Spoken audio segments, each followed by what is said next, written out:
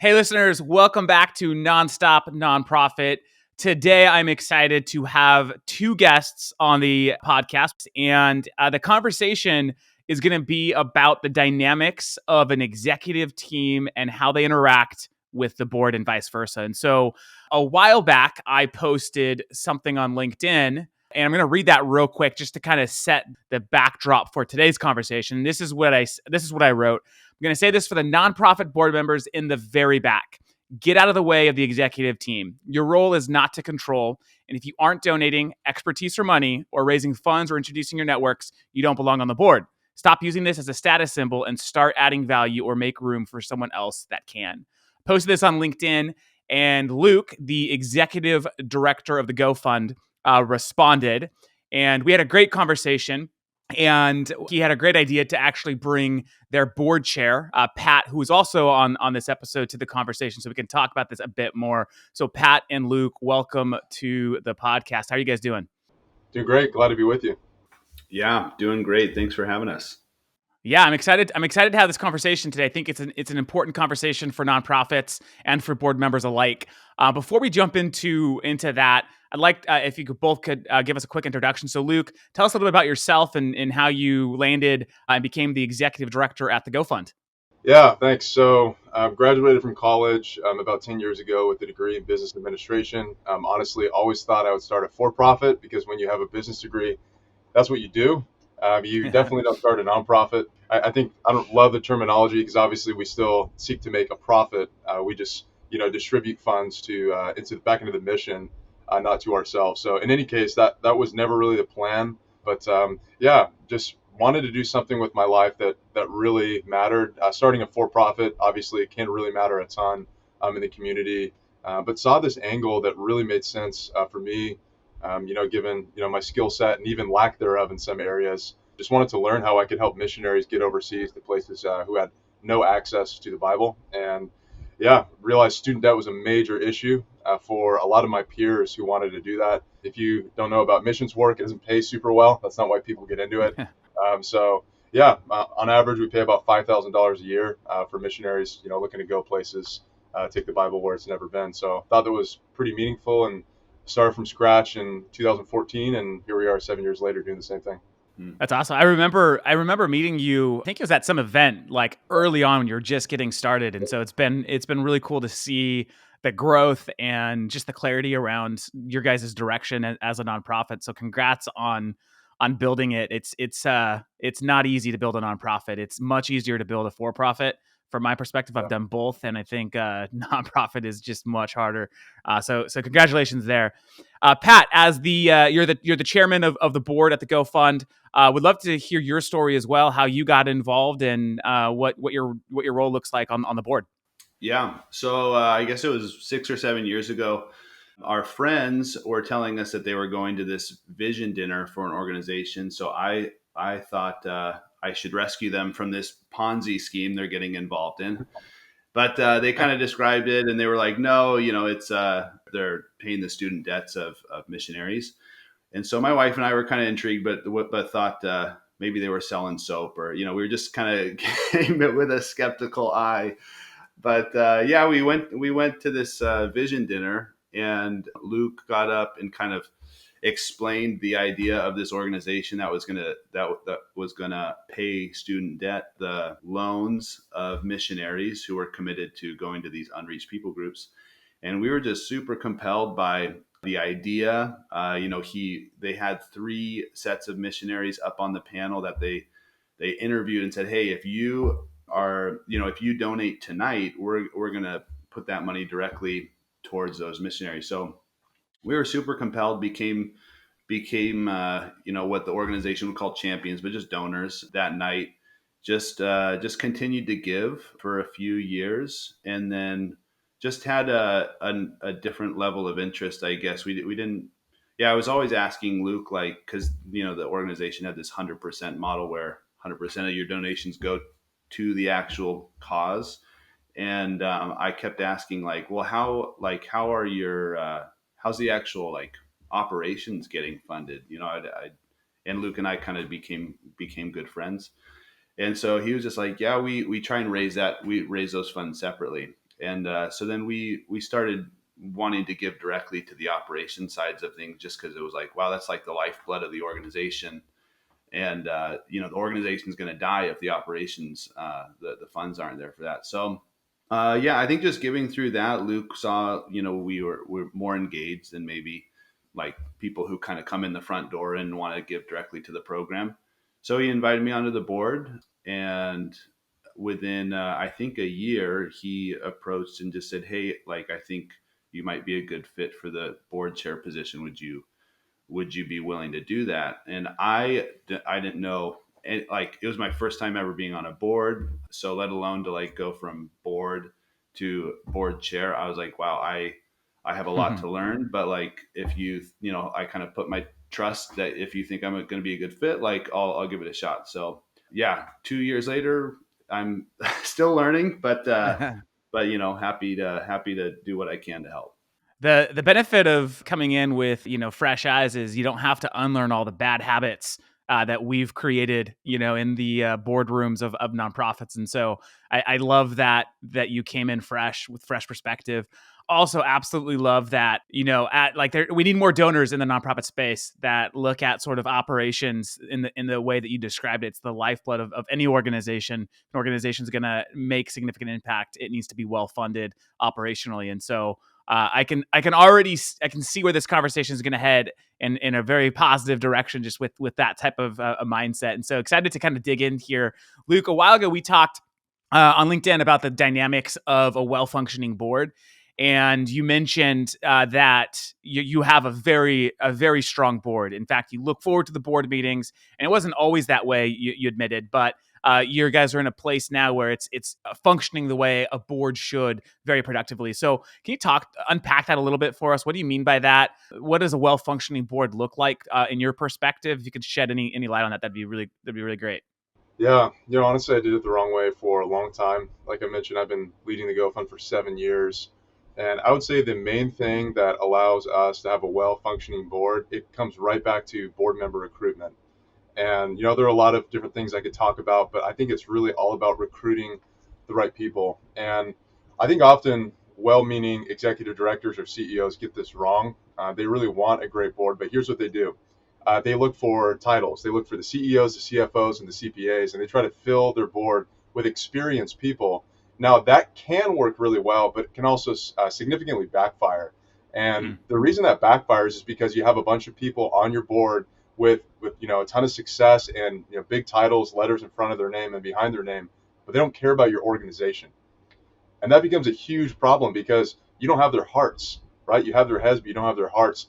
And these are not the types of people who are going to bleed for your organization. And so what we look for more than anything else, and it's maybe a little bit counterintuitive, but first we're going to look for people who have demonstrated over time that they have a deep care for the organization, irrespective of the title that they hold.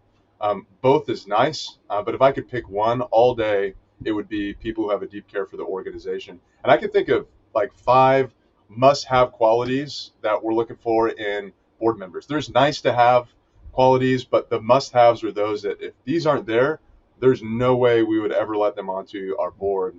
So here are the 5. Number 1, you have to be connected to the organization. I just mentioned that a moment ago. That's kind of the overarching quality. You have to have a demonstrated interest in the organization before you're nominated. So it's not like, hey, I'm looking for a board member role. I'm shopping, a bunch of different organizations. Like, you've been connected to us probably for a number of years. And that brings me to the second thing. This is kind of evidence of that, if you will. You have to be a current donor. Like, we don't allow anyone onto our board who hasn't been giving to the organization for at least 2 years. And that's really painful sometimes because we'll have people, become new donors. They've been a donor for 6 or 12 months. And I think, gosh, I'd really like them on the board. But we're looking for longevity, people who are sticking around. So you got to be a donor of record at least the last 2 years. And there's a principle that comes out of the Bible that I think really fits here. It comes out of Matthew 6:21. It says, where your treasure is, there your heart will be also. And I think it's really true. Where people put their money, that's where their heart is also. And where people put their heart, that's where they put their money. Like, those two really connect together. So we're looking for people who invest, not just with their hearts, but with their dollars as well. Third thing is availability. I know it sounds kind of silly, but you got to be able to attend meetings. I mean, if someone is too busy, too involved in their career that they can't show up to a meeting, I get it, but you'd probably be a better personal advisor, maybe not a good board member. Mm. Fourth, valuable skill set. I mean, we're looking for someone ideally who has some skill set. Maybe it's finance, maybe it's fundraising, operations management, something that they can bring as a gift to the board. And I'll mention this too, in terms of the kind of strengths makeup. I don't know if you're familiar with Strengths Finder, but one of Yeah. the domains is strategic thinking. Like more often than not, we're looking for people who have strategic thinking strengths, right? Strategic thinking is all about making better decisions, and the board is there in part to help me make better decisions. That's one of their functions. So we're looking for someone with a valuable skill set. And then the fifth thing, which is especially relevant in 2020, 2021, we're looking for charitability. Like we're looking for people who are known as good group decision makers, which is tough.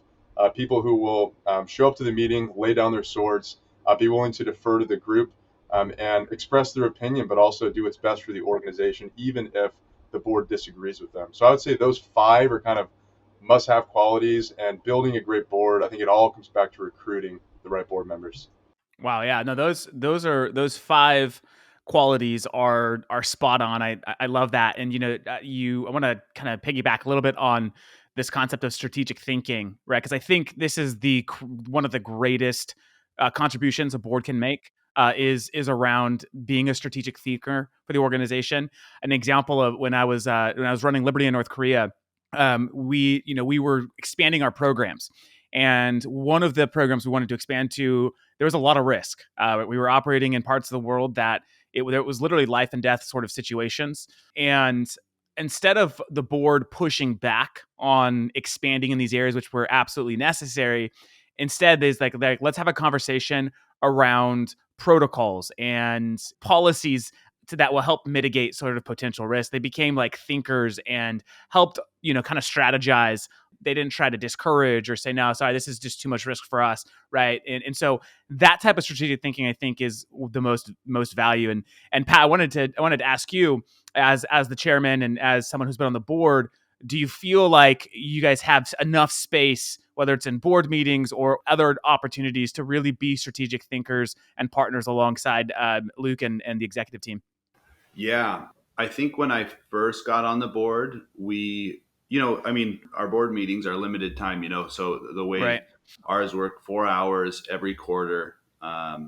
So at first it was like, the first 2.5 hours were being devoted to like, kind of like updating the board on what's taken place since the last meeting, kind of getting through some of the bureaucratic sides of things. And then we'd kind of shove the strategic thinking space for maybe like an hour at the end, or we were just filling our meetings with just a lot, just too much stuff. We'd have a list of things that we want to get through, and it was like, man, we have 10 things we want to get through, and we're going to rush and try and get through everything. And we weren't having like really meaningful dialogue at the beginning.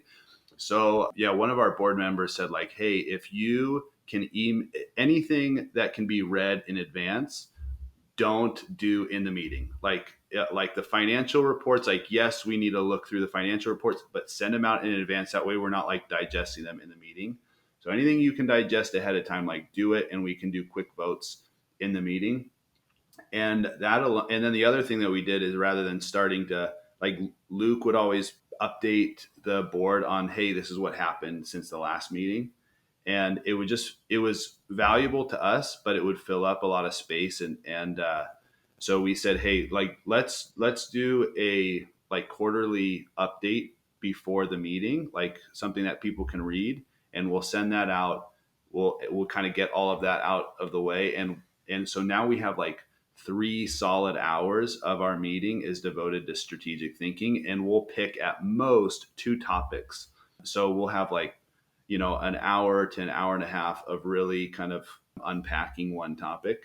And that has made a world of a difference in our meetings. We have so much time to just have space to think, not feel rushed to get through the topic, and everybody really contributes well. I'm trying to understand who has what strengths inside the meeting. So sometimes I'll ask questions like, hey, what do you think of that? Or, hey, if you were to be if you were to be devil's advocate, like, how would you poke holes in that to try and, get some good conversation flowing, and Luke's great at that too. So yeah, to Yeah. answer your question, like our strategic part of the meeting is like 3 hours, and it's awesome. It's awesome That's conversation. awesome. And Luke, when you and I talked earlier, you talked about, the way sort of like it used to work was, it was you talking for the most part for the most of the time. And then like the last however, many minutes or whatever was kind of carved for like bigger conversations, which there was obviously never time. That, with boards that I've been a part of too, that's very much been the case. I think I've been on the other side like, of the boardroom, on the executive team. And like we have this sort of like desire to make sure that our board knows everything, especially all the good things that we've accomplished in the last quarter, right? We kind of treat board members to an extent as donors, and we're still trying to like show our best.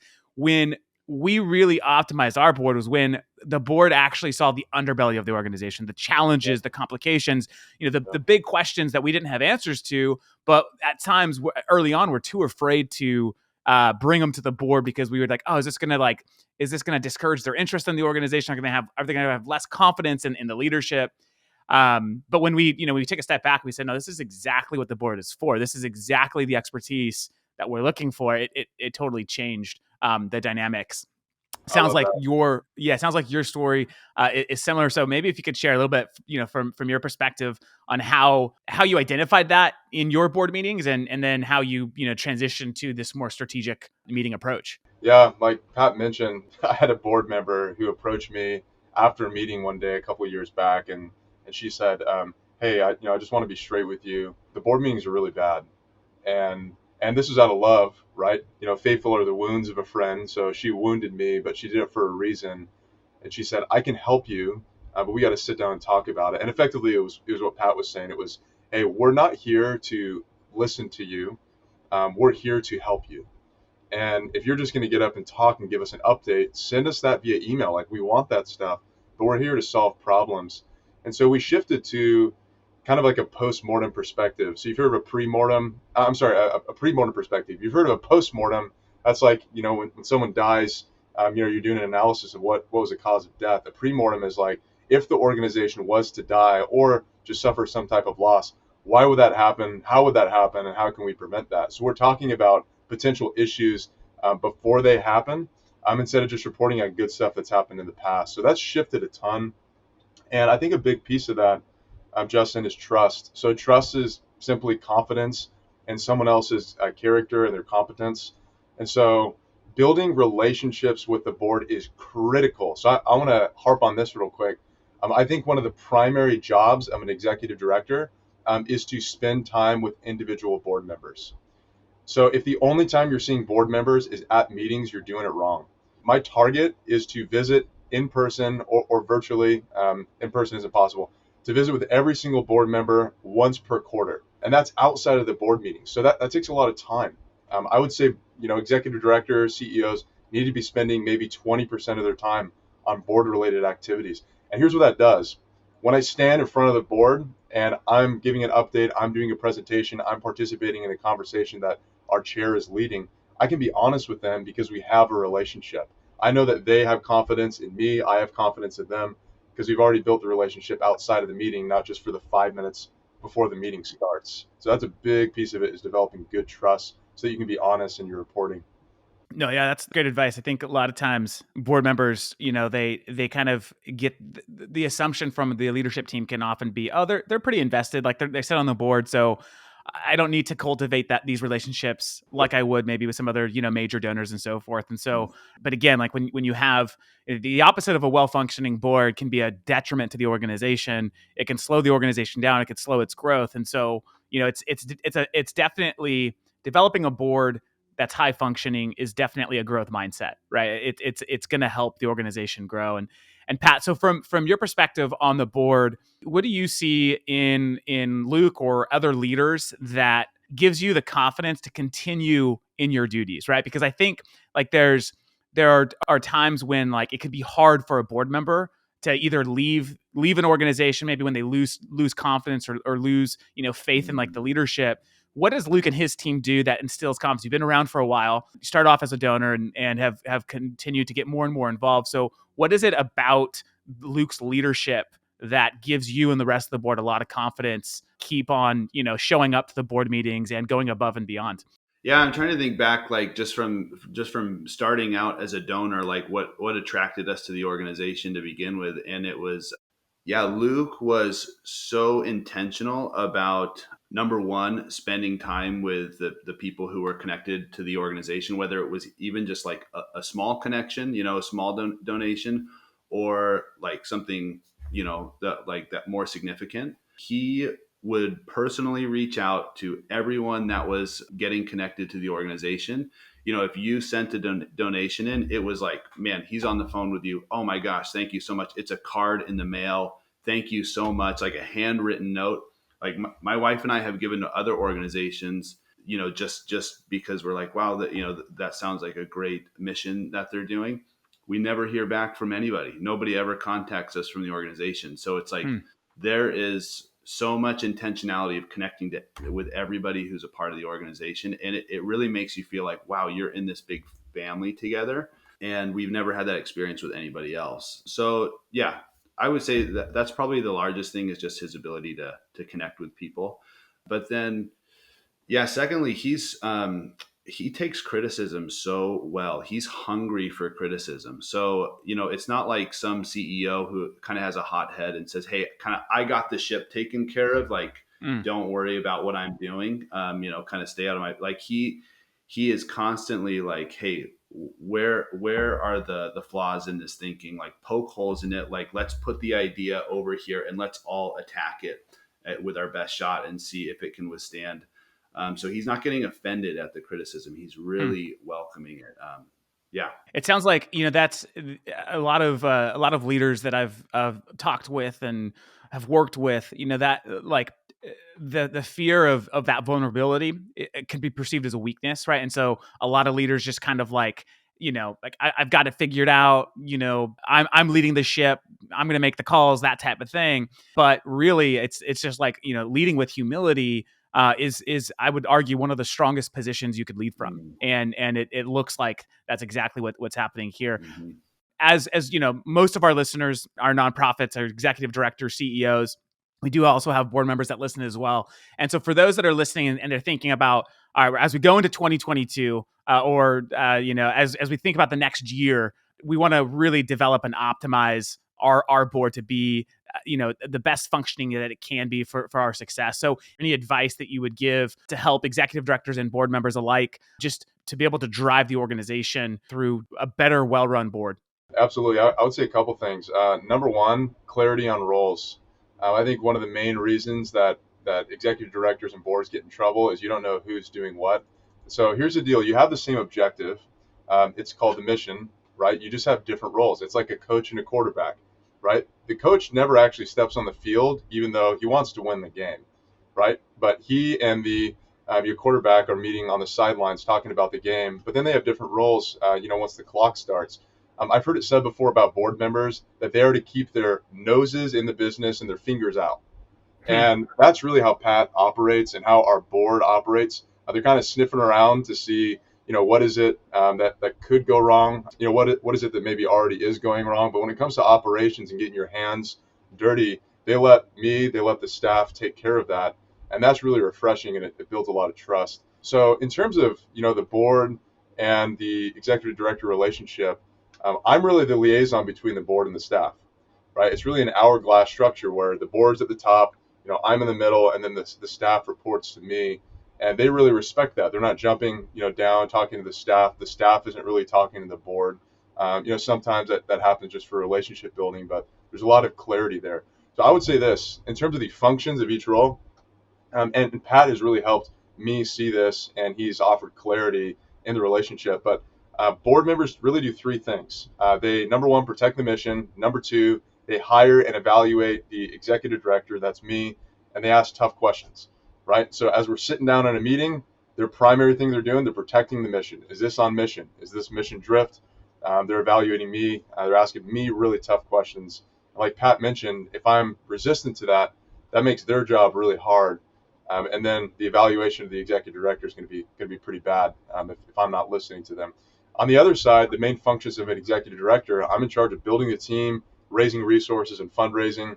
ensuring the operations are excellent and smooth, and helping to fulfill the mission. And once Pat and I saw, hey, we have actually distinct roles that are both important, it really helped smooth the gears for organizational growth. And in terms of my relationship with Pat, we should be spending more time together than I spend with any other board member.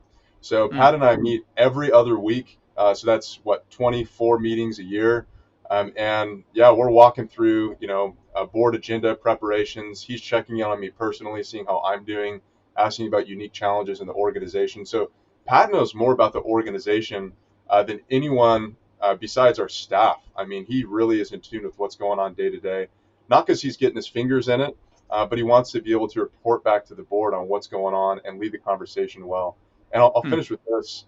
I've heard it said that the number one threat to an organization is, and this is going to sound peculiar because you think of 100 other things before this, but I think there's something here.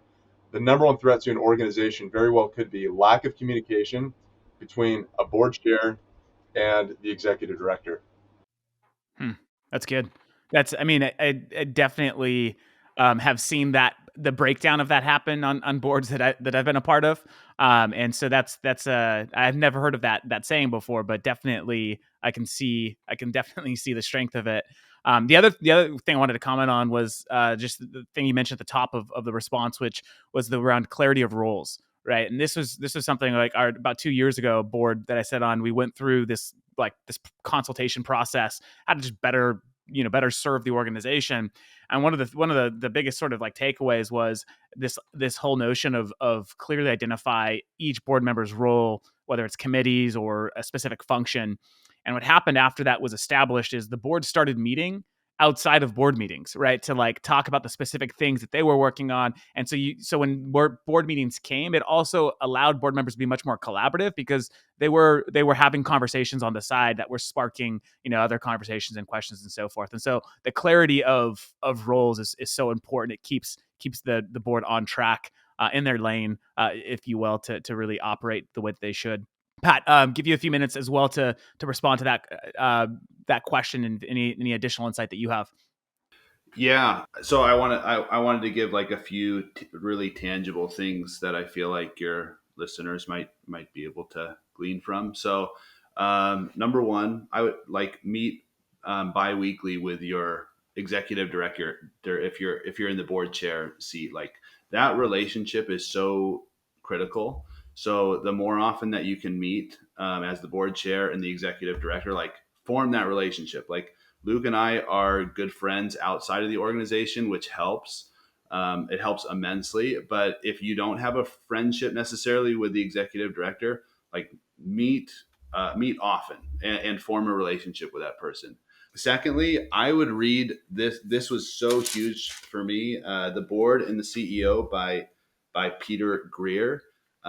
That is where I got. I mean, Luke was the one that suggested it, but it's where we found, hey, what are the three functions of the board? Because being on the board, I'm like, what do I do? Like I've never been on a board before. Now I'm in the board chair position. Like I don't know what value I'm supposed to bring to the organization.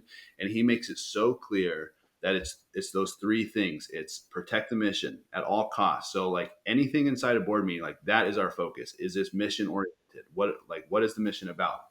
Hiring and evaluating the CEO and asking the tough questions. So during that strategic discussion, like really poking holes. So that's at the top of our agenda. That's what we put as, hey, here are the three things that we do here in this board meeting. And so we need clarity on that role as the board. I would say to your listeners, like evaluate your agenda. If you're not enjoying your meetings, take a look at your agenda and figure out like, what are we spending the most time on and what's really wasted, and how can we get that out of the meeting and maybe in some sort of like a month, a quarterly update, or maybe it's an email that people can just respond to, but try and get like as much waste out of your meetings as you possibly can so you can focus on strategic discussion. And I'd say the last thing, and this is something that Luke has come up with, but it's been it's been an amazing tool, is he comes up with his own scorecard and he says, here are the things that I am going to get done this year. And it might be a list of 10, 20 things. It's, hey, I'm going to meet weekly with my executive team. I am going to meet, monthly with 20 donors and have a personal relationship with 20 key donors. So he has a very tangible list of, here are the things that I'm going to do this year. And at the first meeting of every month, we go through his scorecard, Luke and myself. We look line item by line item at that scorecard, and I put a 0 if he missed it and an X if he got it. And so every month we're tracking, hey, are you getting done the things that you've committed to the board that you're going to get done? And we get to keep him accountable. And that makes it, at the end of the year, we get to reward him or give him a slap on the wrist. And fortunately, we haven't had to do that. So, yeah. So if you can come up with a scorecard, like what are you going to get done as the executive director, and submit yourself to be accountable to the board, I think that would go a long way.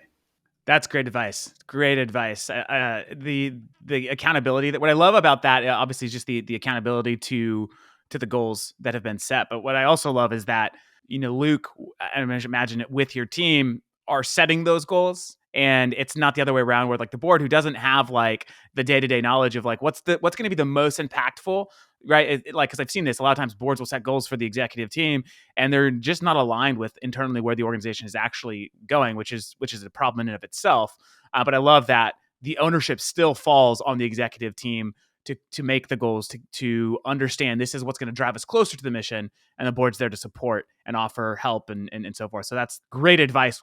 All right. So, Luke, another question that I've thought about, and I think we discussed this a little bit as well, but the role of the board chair, right? I mean, there's all sorts of different roles that board members play, but I think the board chair is obviously a very important role. And so can you help us understand why that role is so important, and also like what makes a good board chair? Like what are their core responsibilities from your perspective? Yeah, I think there are really a couple different stages of organizational growth. There's kind of the movement stage where the board works for the executive director, and that's pretty typical. That's how most organizations start. The executive director is this, visionary, and they're kind of sharing about the organization and selling at board meetings in some ways.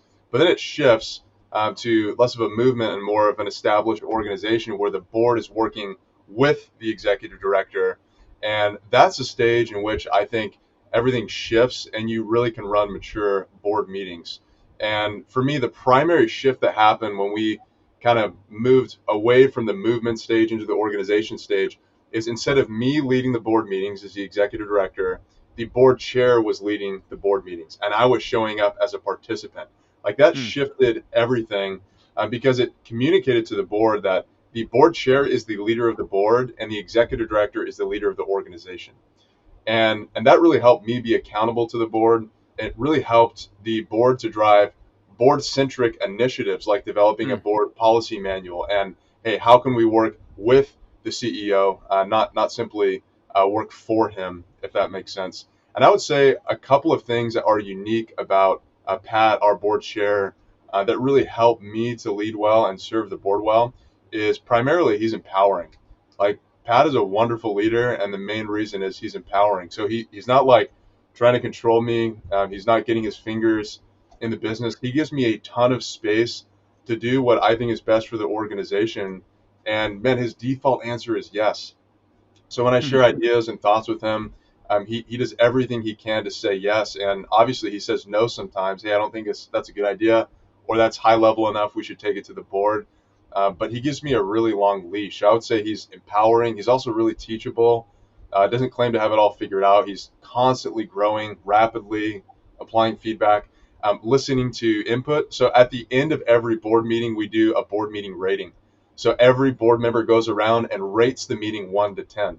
And that's primarily an evaluation of the board chair because he's leading our meetings. And, when we started doing that, he was getting 6s and 7s, and now most board meetings, now that he has a bit of experience, he's getting 9s. I think he got a 10 the other day. So kind of putting these in place, applying some of these practices, he leads stellar board meetings that people actually love to be a part of. And I would say the last thing that makes Pat a really good board chair is that he's really confident and self-assured. It never feels to me like he's competing with me for attention. He's fine letting other people be the hero, and he's certainly not like seeking an identity in his board chair title, but he really cares about the organization deeply. And that's one of the things that makes him not just a great board chair, but a great board member as well. That's great. Pat, real quick here, what's the difference between a 6 and a 10 board meeting? What, like, how do you go from 6 to 10? Like what's the secret sauce? It was not trying to crowd the meeting space with like so much garbage. I mean, might be important stuff, but it was like, I had like the 6 meetings, it was, I filled the space so tightly that there was no room to breathe. And the 10s are, I reluctantly pulled all of that stuff out of the agenda and said it's not super important. Like maybe it is important, but like maybe we'll accomplish it through some emails. And I took so much out of the agenda where it was a little bit uncomfortable. Like, wow, we're gonna probably wrap this meeting up in like an hour, and we're gonna have 3 hours, and people are gonna think it's a waste. And those have been the best meetings when we've taken so much stuff off the agenda and focused maybe on 1 or 2 big strategic topics, and just had a ton of breathing room for people to think, not feel pressured to move to the next item. And those have been awesome meetings. And Pat, I would say the shift was from tactical to strategic. So previously the conversation was tactical. Those are like low level questions, action steps. It's like, hey, what financial appeal should we make at this conference, or what venue should we pick for, a meeting? It was less of that, and it shifted more to big picture strategic issues like, hey, should we add another program? Or, hey, should we align strategically with an outside organization? Or do we need to change our mission statement? Like those are 2 to 3 hour conversations. And anytime he leads, I would say the bigger the strategic topic that he's leading, the higher the meeting rating is at the end. Like that's what board members want to talk about, is these big picture strategic conversations. And he does such a good job of bringing those in and leading the conversation well. That's great. And I think those conversations are easier to have in that type of setting, to your point, when the chair is leading it, because they're not going to be like so inundated with the day-to-day of the organization, right? That's not going to be what's on top of mind. They're going to be thinking 1 year, 2 years, 3 years out. And so it's going to be a lot more conducive to those types of conversations. The best, when I think about like my experience on a board, the meetings that I walk away from, I'm like, man, that was the best meeting we've had. It's when everyone is participating, when everyone is talking, when everyone's collaborating. Right? I've been in plenty of board meetings where it's been the opposite, where it might just be the ED talking for the majority of the time, and so that definitely resonates, from my own experiences as well. That's super practical feedback for those listening. I would really encourage you, if you're an ED or CEO that's running your board meetings, give it a shot. Like, talk to your chair. If you don't have a chair, nominate a chair and have your chair take on the meetings and see how that changes the dynamics of your board meetings. Again, Luke and Pat, thank you so much for your time. It has been such a pleasure speaking to both of you. Good luck with taking the organization to the next level, and I look forward to seeing the growth in many years to come. Thanks. Thanks, Justin. Have a great one. You See too. you guys.